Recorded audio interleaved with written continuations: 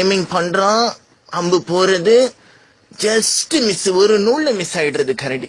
நீங்கள் ஆவலோடு எதிர்பார்க்கின்ற பாப்பம்பட்டி அணியின் முதல் பேட்ஸ்மேன் இப்போது களத்தில் இறங்க. எடுத்த உடனே விக்ராந்த் அவர்கள்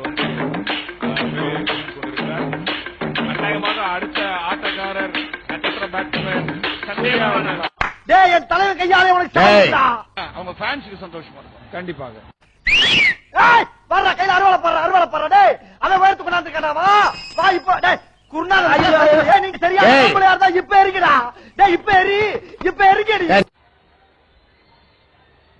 லாஸ்ட் பால் இப்ப எரி. குருநாதா என்ன பாதி முஞ்சிய காணா?